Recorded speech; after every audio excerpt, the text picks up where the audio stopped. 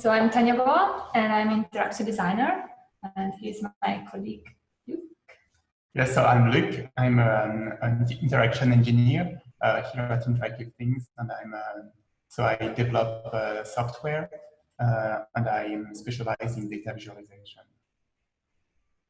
And we work at Interactive Things, which is a design studio for our digital products, which is based in Zurich, Switzerland. And it was established in 2009, so we recently celebrated our 10th anniversary. And it's driven by 17 employees.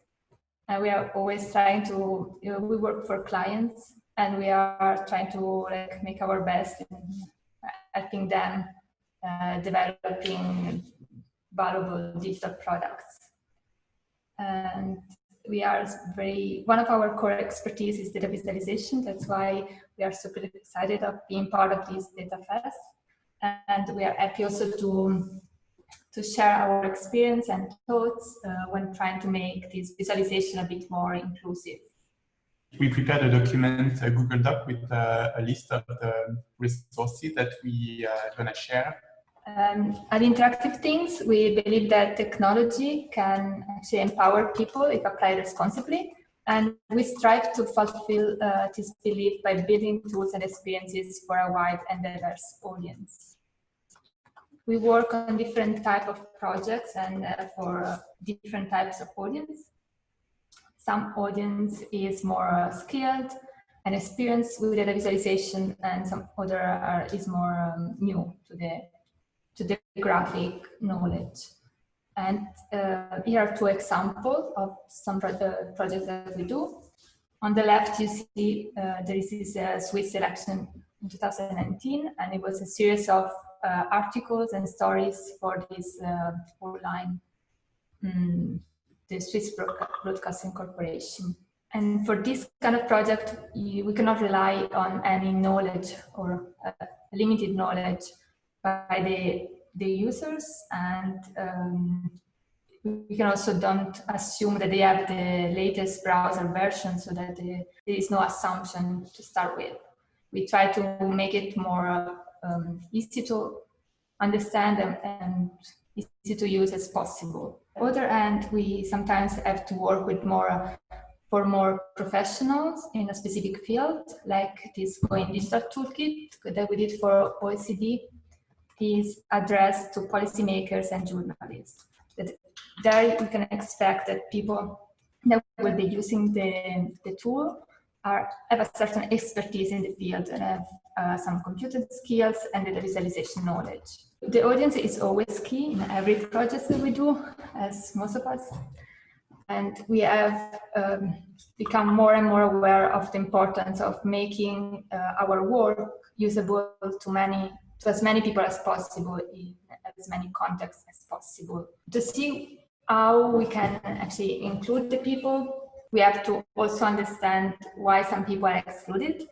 And that's why we are now looking at the 5 main types of disability that affect the use of the web. The first that we're looking at is the visual impairments, like blindness, low vision, or color blindness. In the design practice, we have been considering a lot color blindness so far, but we need to go a bit further and see how people with also low vision or blindness can experience data. As we see here, in the example, we have a simulation of loss of central vision, which is sometimes not considered. We have also motor impairments, which affect people that feel pain or have difficulty moving or controlling the mouse. And they would, of course, benefit a lot if we would have a digital interaction possible. Cognitive impairments is a difficulty processing information, like remembering or focusing or reading. And it will be much helpful for them to have as simple content as possible on the screen. Here, the example shows a simulation of dyslexia. The fourth type of disability is auditory, and consists of deafness and hard of hearing. And people cannot rely on text and images and are excluded if there is an audio without any transcriptions, like in this example here. The last type is the vestibular disorders and seizures, and its sensitivity to motion, meaning that animated interfaces can cause headaches, nausea, or dizziness. We should also consider that these 5 types are not exclusive, so some people can also be affected of different types of thinking not only about permanent disabilities, but also about temporary and situational disabilities. For example, not only considering people with one arm, but also the ones that have like an injury or that are holding something on one hand, like a baby, a child. And if we think about it, we are all somehow disabled now and then. And we are not getting any younger, so we might be experiencing more disability through the rest of our lives. A very important aspect that we think we need to consider is that a person can have disabilities, but is not disabled per se, meaning that a non-accessible data visualization generates the disability. I can explain a bit better. So the disability happens in the moment that a person is interacting with, in our case, with the visualization, and is not able to understand or perform a certain action. Which brings us to a main point, which is the responsibility that relies on the designers and developers side in producing these artifacts. If we design with our own language abilities, our own physical abilities, and our tech literacy, it means that we can make things somehow easy for some people, but will be much difficult for other people to interact with. Ideally, in the ideal world, we should involve people with disabilities in the project, so design with disability, like maybe do a bit of research and see how they experience the web themselves or disability stations. But this is not always possible. And what we can do is actually simulate some of these disabilities that we're looking at. There are some very nice and easy to use tools and plugins that are available, like Funkify, which is a Chrome plugin, extension. Or there are some a website called Empathy Prompts, which provides some simple prompts that put yourself in someone else's shoes. Like take off your glasses or close the eyes and use the screen reader, or also unplug the mouse. We should think about having a more inclusive design approach. Of course, it's good, as is this example here, that we try to apply some accessibility on top of a product, and this is still a step forward into including more people, but it would be much better if we could think about inclusion at the beginning of the project. If we could make it part of the process and look for solutions that will benefit everybody. Like in the image at the bottom, where the ramp has been integrated very nicely in the stairs, and it's not only useful for wheelchair users, but also for people with bikes or just people that prefer not to take stairs. Ronald Mace would define universal design as the design of products and environments to be usable by all people to the greatest extent possible without need for adaptation or specialized design. I think it's a good manifesto in this regard. I want to conclude this session also with this input that we found on a Diversity and Inclusion Guidebook by Beck and Beck. And here, when we talk about inclusion, more often, we think of the idea of creating some equal opportunities for everybody. So as you see in the image on the left, we have the same block, and some people can reach the apple, but not everybody could. And this can be also excluded some certain, like a group of people. So we may want to think about designing our products more fairly. So like not having the same ground, but helping or providing all the tools that every people can experience the product on the same way.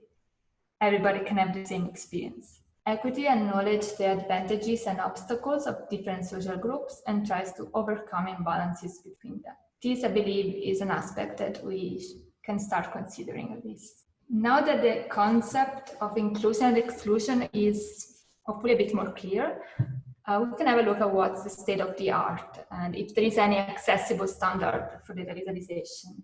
You might be familiar with the Web Content Accessibility Guidelines, which is a set of standards for web that there's some guidelines with testable success criteria that goes from A, AA, or AAA. And the level, the AA is generally the accepted level of accessibility for most of the website that we should aim to meet. And here there are some guidelines that we could apply in the visualization, like for colors, interactions, or animations, but it does not explicitly address data visualization. So there is no standard at this moment that I know of. And this lack of official guidance is also partly due to the fact that there isn't some solutions that work for all data visualization. Something that might work for a bar chart might not work for a scatter plot. And something that might work for desktop doesn't work for mobile. And often there is like some blurry line, for example, between like the attempt to make it simple but show the context. So it's quite difficult to find some standard guidelines. However, I think that the lack of guidance makes this a very exciting time for us to experiment and practice inclusion. We are just the beginning of the journey, and every little step that we make is a success. It's actually a very good point. And eventually, everybody could benefit from it. And that's why I use this old picture of the first electric toothbrush that is a metaphor, because the electric toothbrush were initially created for patients with limited motor skills and for patients with braces, but through the years become widely used by most of us that are not in these circumstances. And during the past years, the interactive things, we have been trying to incorporate accessibility in our projects. And we want to share with you some experiences and some inspirations. These are things that we applied in practice, and also some ideas that we have experimented or just inputs that we are considering. We will be talking about how to make better data visualizations and how can we use, can the user also create the meaning, so explore the visualizations, and if there is any more to data than just visualization, how the experience can be broadened in its limitations. As we've seen, besides some general principle of web accessibility, we don't have much guidance, but there are some important aspects that we might want to consider to make the data visualization understandable to a broader audience, to more people. Please consider that these are not applicable to every situation, but generally it would be a good approach. The fundamental, of course, is color, which we sometimes struggle to achieve the perfect level combinations. This should be applied wisely and in a very meaningful way to contribute to the graph comprehension. They can be used to distinguish categories from one another, as we see here in this example, where I use these two colors through all the different charts. It can be used to represent quantities, like, for example, heat map can be used to highlight specific data or express meaning, like good or bad, cold or warm, and so on. When we choose colors for a graph, we should keep in mind that this may look different for different people with color blindness. And we have these simulators that will help us to see how this will appear to them. And we can then adjust it and improve the selection of colors. As we see here in this example, this color scheme is accessible for most of the color blindness types, but fail in some cases, which bring us to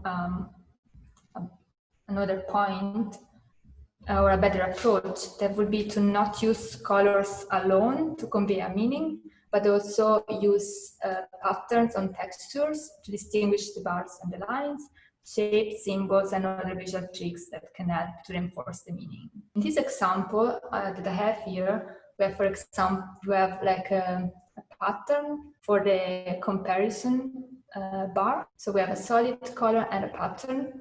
Then we use the colors to have these buckets in the scale that goes from 0 to 1 deciles. But this is not only the way it is encoded, because we have clear sequence, horizontal sequence. Moreover, if we see on the top chart on the very right, we have this small pill that is describing the difference between the two bars. We have used two colors, the red and the dark green, but we're also using some symbols, so the check and the exclamation point to convey the message. So if we desaturate the image, there is no information loss. We can see the difference, we can see the two bars.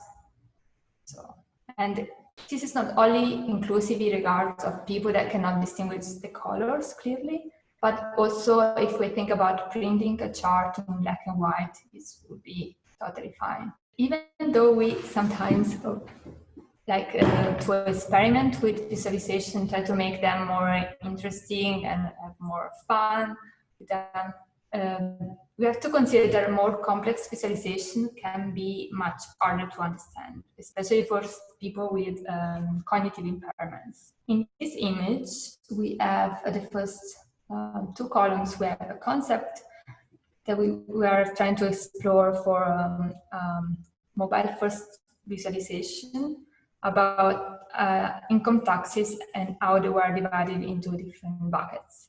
We tried to play a bit with interactions and kind of visualizations.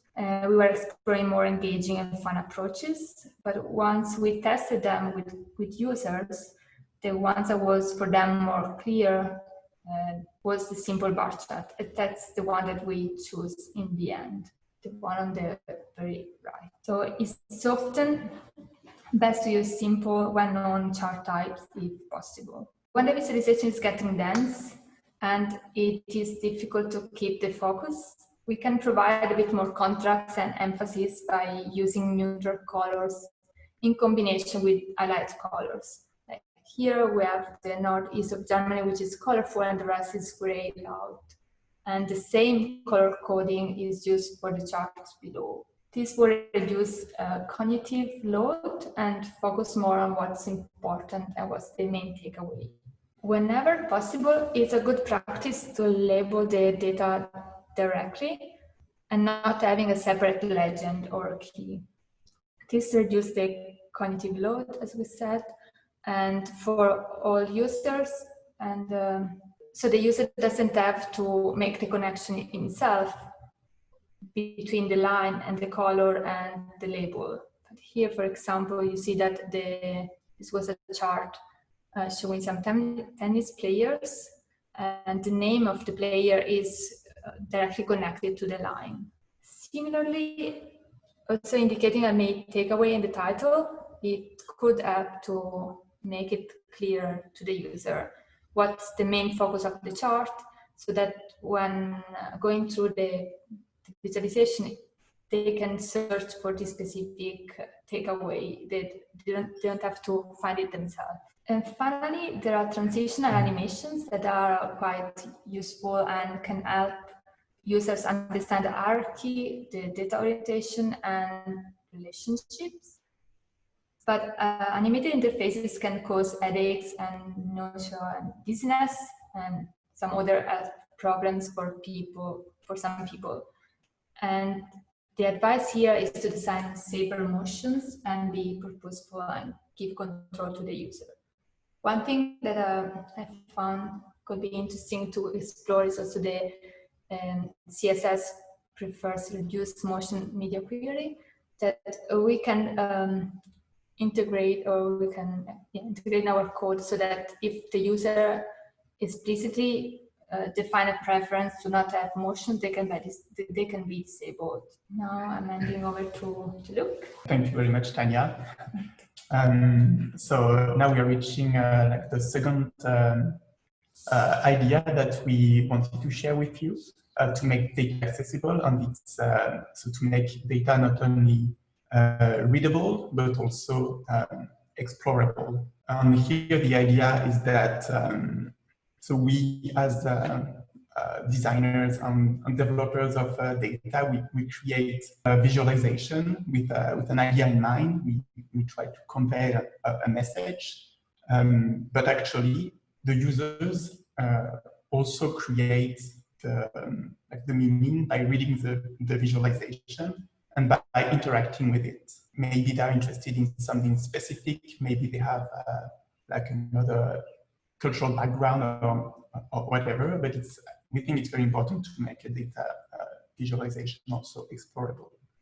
On the web and in design in general, there is a concept that we often use, which is affordance, which means that objects on the web suggest the interaction that can be performed with them through their design.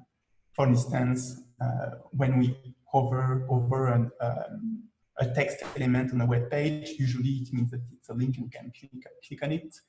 If there is a little arrow facing down, usually it's a drop-down menu, and the blue outline often indicates that the focus is on this element. So these are visual clues that hint users towards the use that they can make of the elements of a web interface. The problem happens when these visual clues are not available to the person interacting with a web page. Something we try to, like we endeavor to implement in the code is to reproduce the level of affordance that is given to sighted users to users of screen readers. So a screen reader is a software that a lot of people with visual impairments use to browse the web, and it basically read what is on the screen. And so to create the affordance of elements, there are standards that we can use, especially the HTML5 semantic web tags. So we can use, like, for instance, nav section or button, and they indicate to screen reader users that they are interacting with something special. So when it's a button, then it's announced as a button, and users know that they can click on it. But sometimes these semantic tags are not enough. That's why there is another standard that has been created, which is called aria, Accessible Rich Internet Application. And it fills the gap between standard HTML tags and UI controls that don't have specific tags. For instance, on the right, I created a very extremely simple tabbed interface with on top the tab, and on the bottom, the div is the tab panel. And you can see here in violet, the role tab and role tab panel are aria tags, and it indicates to screen readers like what is it that they are interacting with. And it uses this system of ID and reference. So we're here in green and orange to link the tab to the panel and vice versa. This kind of non-standard elements on a web page, data visualizations completely fall into this category because they don't follow a standardized interaction pattern.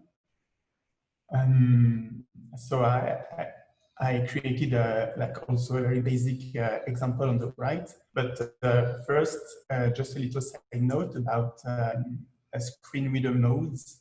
So screen readers have 3 modes. The default one is browse on the web. Browse, so it reads what is on screen from top to bottom, basically, and there are controls.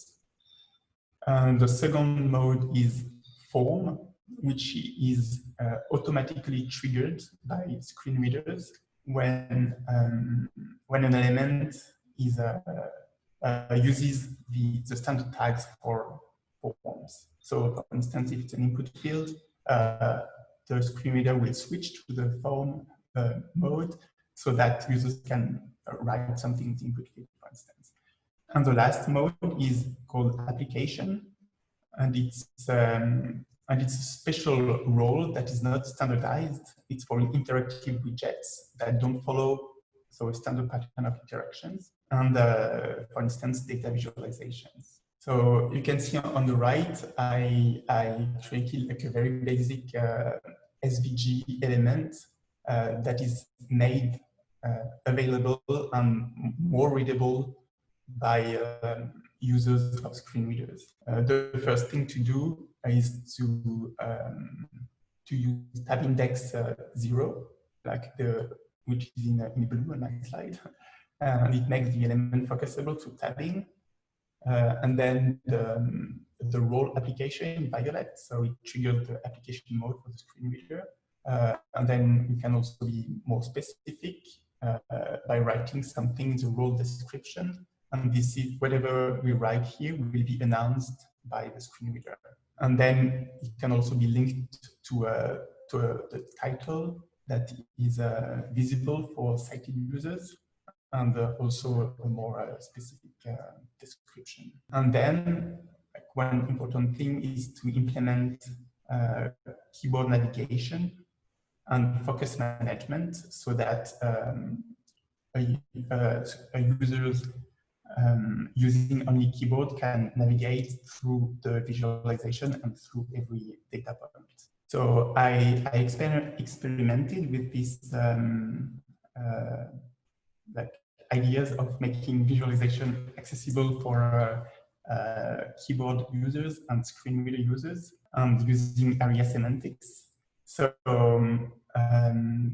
this is what you can see is an histogram of the distribution of exoplanets by their distance to the sun. So I tried to make it more accessible, and what you can see written in the black box, distribution of confirmed exoplanets by the distance to the sun, it's what is displayed when using VoiceOver, which is the built-in screen reader in macOS. So I made a little video where you can see me interacting with the visualization and VoiceOver announcing what is being interacted with. So I will launch the video. Distribution of confirmed exoplanets by their distance to the sun. Data visualization. Histogram of 3,697 planets. The horizontal axis is a linear scale of distance to the sun from 0 to 1950 parsecs. The vertical axis is a count of planets in each bin. Use left and right arrows to access single data points. Press tab to exit. You are currently on data visualization inside of web content. To exit this web area, press Control, Option, Shift, up arrow. 472 planets between 0 and 20 parsecs. Image. Distribution of confirmed exoplanets by their distance to the sun. Data visualization. 176 planets between 20 and 40 parsecs. Image. 175 planets between 40 and 60 parsecs. Image. You are currently on an image. 34 planets between 250 and 280 parsecs. Image. All right, so that's it. You can see me interacting and going through all data points. So that's something that we can do with standard HTML and aria tags. But also, it's as I said before, it's not not standardized, and one thing that we learn is that it's always better to have multiple channels to convey the same data. So it's very important to always add a data table because it's very standardized and very easy to manipulate with assistive technologies. And it can be also visually hidden if we don't want to have it on the web page for sighted users, but still available for screen reader users. And so in the example I have top right here, this is like a screenshot from a project that we've worked on. And here, this is like a simple bar chart.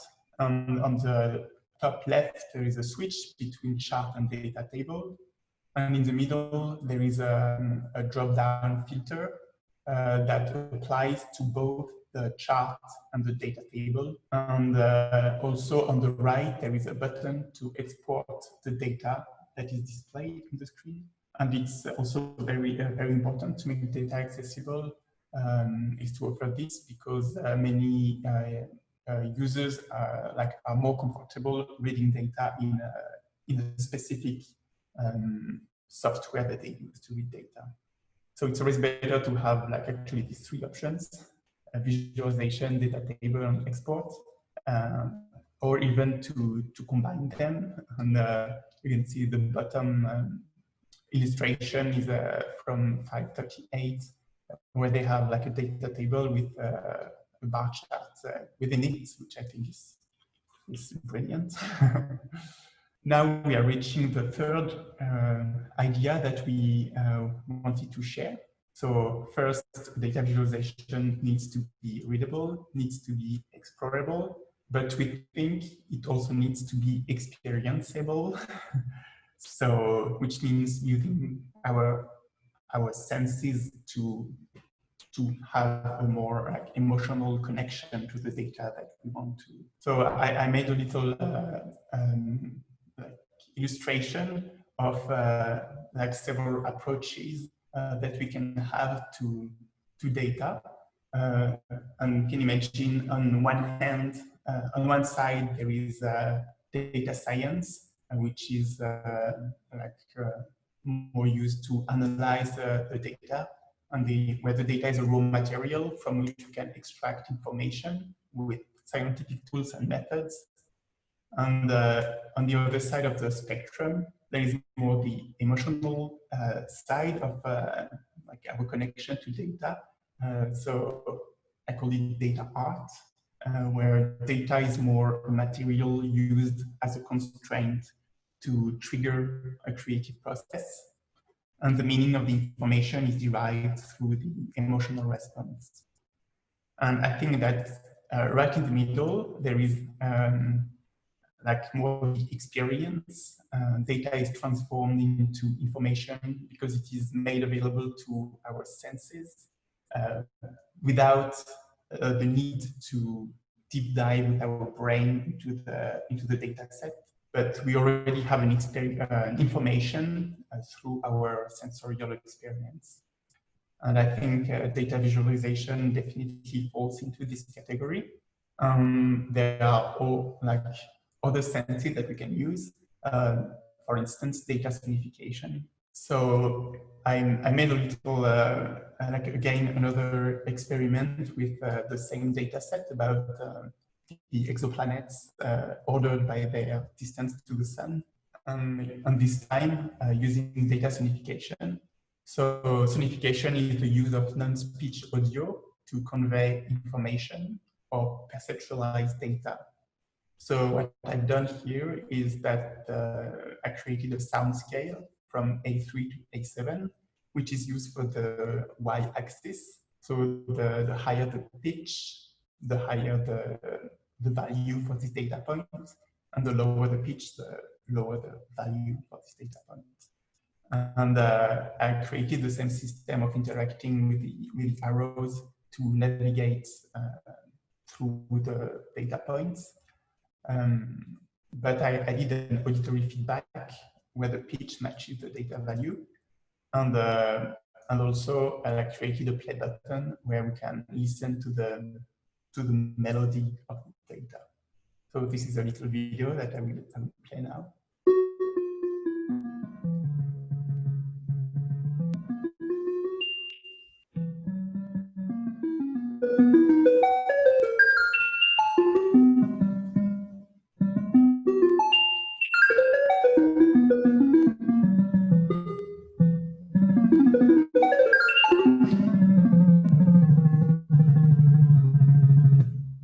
So yeah, that's it. Maybe not the most beautiful sound ever, but yeah, the idea here, like it illustrates the idea of sonification.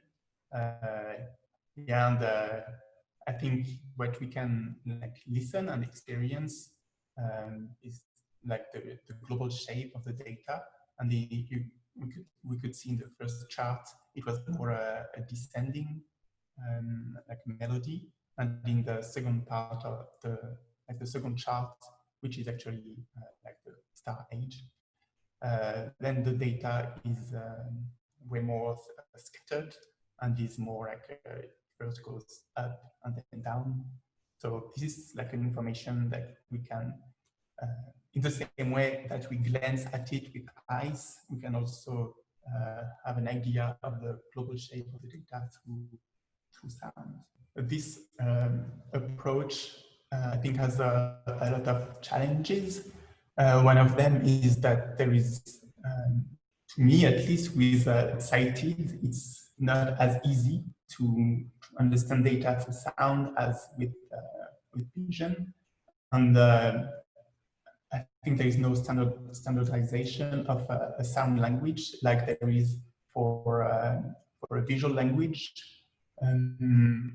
The image that I added here is from Jacques Bertin's Semiology of Graphics, which is like a very well-known reference in data visualization, where he defined the seven visual variables that can be used to convey data and to so visual variables that we can map to data variables.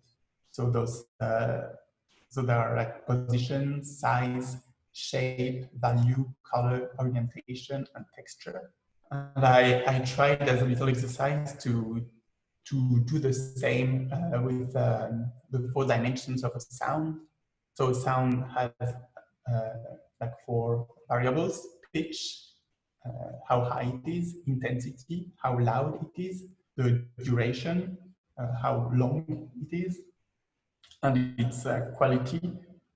So we could also take its color. So it can be piano or guitar or the voice. Maybe we can also like think of a system to map those sound variables to data variables, but I think it's less standardized as for visual variables. Many people have actually already used sound to convey data and to illustrate data. One famous example is Scott Hughes translating into sound the detection of gravitational waves. So Scott Hughes works for a research group about gravitational waves at the MIT, and he created a lot of sounds where it's actually not sonification but audification, because the sound that we hear is a direct translation of the signal that is detected. So here I will play a sound made by the creation of a black hole.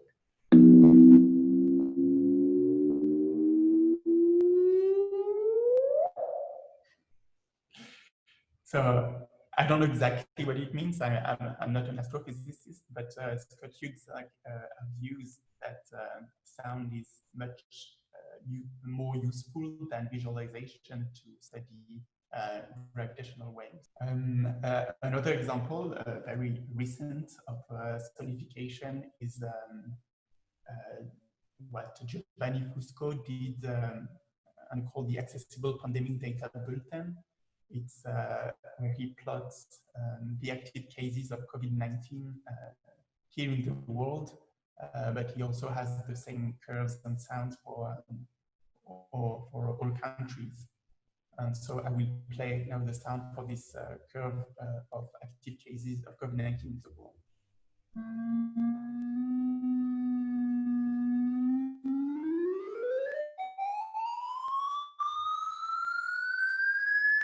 Pretty scary. Another example that I find interesting is the Johannes Kreidler charts music, where he so here we are reaching more on the side of music more than sonification, and he put into sound a lot of economic indicators during the economic crisis of 2008. And he created like melodies and music with it, so I will play it now.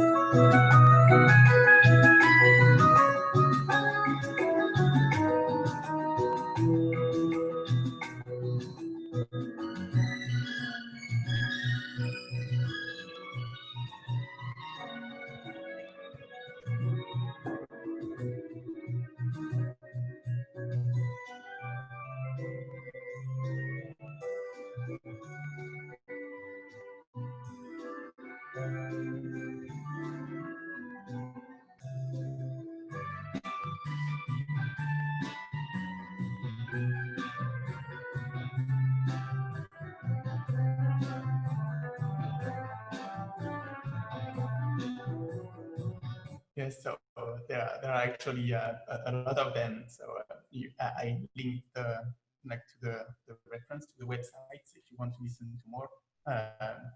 So I like this because it's also like very playful, and it's like it's also a bit political, obviously, because it's kind of another example that I find interesting is Brian Fu. He has a website called Data Driven DJ, where he has a lot of pieces, all driven by data. And in this example, he looked at all like Hollywood blockbusters during a year, and identified the lead. And if they are like white male, white female, a male person of color, or female person of color, and created like this piece that we can listen to. And so here it's also there is some political involvement in the sense that like there were less persons of color, and he used like a guitar sound for persons of color that kind of that we can really hear, and we can see that it happens way less often than for like white characters. So I think it's a powerful use of sound also. So I will play it now.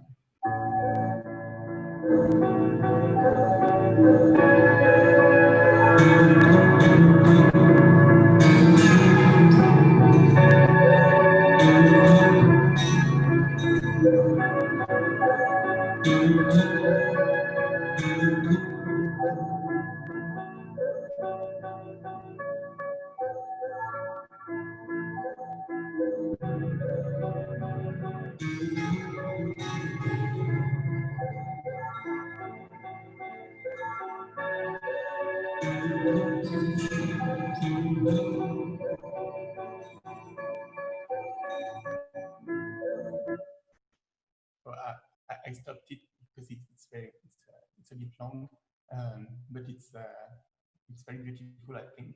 And so I encourage you to go to datadrivendj.com. Like all these pieces are very beautiful. So there is recently published an application called Two-Tone, which is an app to sonify any dataset. And so here you can like upload your dataset and create the sonification that you want. So here I tried to like sonify the same data set as earlier about exoplanets. And there are 4 variables. The top row is the distance to the sun. And so the data set is ordered by this variable. And I mapped it to a piano. And here again, the pitch is like the y axis. And I also added the gravity and the temperature. So the 2 middle rows, so gravity and temperature of the planets. And I mapped it to the sound of marimba. And I also added a 4th dimension, whether, so it's a Boolean, whether the planet is habitable or not. And it's a bass sound. So I will play it now.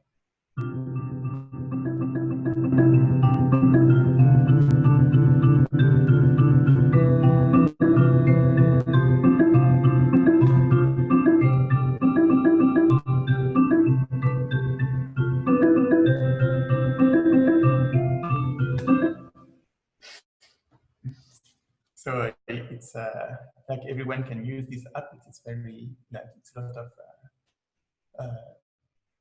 fun actually to create, and it's and one last example that is like really good. I think it's made by SAS.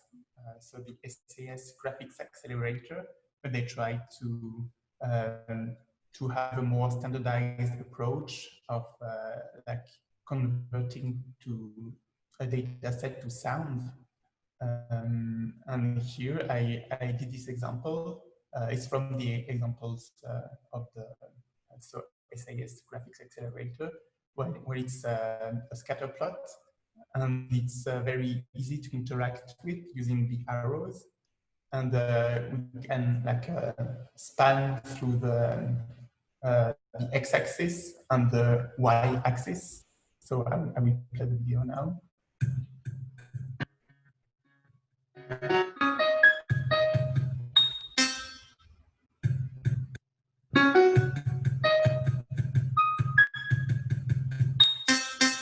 So here, what I find interesting is that they really try to create a standardized pattern of interaction, and also a standardized way of translating data into sound that can be applied to any data set and using kind of the same system. Last thing about like the experienceable parts, we have talked a lot about visualization and sonification, because I think it's like probably the easiest and also maybe the richest way to like convey meaning from a data set and to make it more accessible. But there are also like a lot of experiences made a bit everywhere. So I just added 3 here. On the left, it's a 3D visualization of the concentration of NO2 per year. And it's so by Massimiliano Mauro, and it's inspired by Braille, where you can like touch and feel the data through the skin. And like the middle example is a necklace created by Stephanie Pozavec. It also translates the concentration of air particles. So here it's kind of using touch also, but also fashion. And the 3rd example is data cuisine. So it's a series of workshops where data is, I mean, recipes are created based on a data set, and to create meals with this. So as a conclusion, we gathered a few learnings that we think are important, like what we gathered from our practice. So the first thing is that designing with accessibility in mind benefits everybody. So it's essential for some, useful for all. because like every time we review a data visualization to try to make it more accessible, in the end, it's always better for everyone.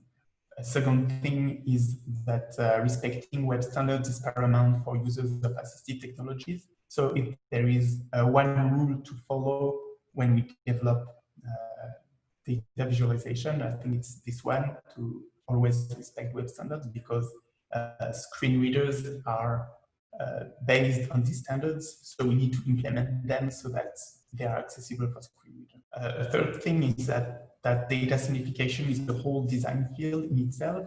So as like both Tania and I, we are specialized in data visualization. So I feel a bit unskilled in sonification. When I try, I don't really know if it works or not. So like for this, user research is really paramount also.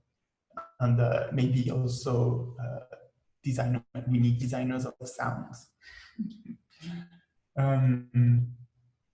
Like a fourth learning that I think is very important is to repeat information using different channels as much as we can. We create data visualization, but we can always add a data table. Maybe it's hidden for sighted users. We can use sound, we can use a download button for CSV. We can add a description. We can explain the visualization in the text. We can use alt text also, and even repeating the information through different visualization is paramount to make our message really understandable by as many people as possible. And last point is that there is no standardized solution to data accessibility. I don't think there is one fit-all solution, because working with data is a craft, and every project has its own constraints and its own solutions that we need to kind of invent every time. So this is like 5 learnings that we got from our practice. And so now here we gathered some literature, which is also in the resources document that we shared in the chat and on Slack also. So don't hesitate to have a look at it. That's it for our presentation. Thank you very much for your attention.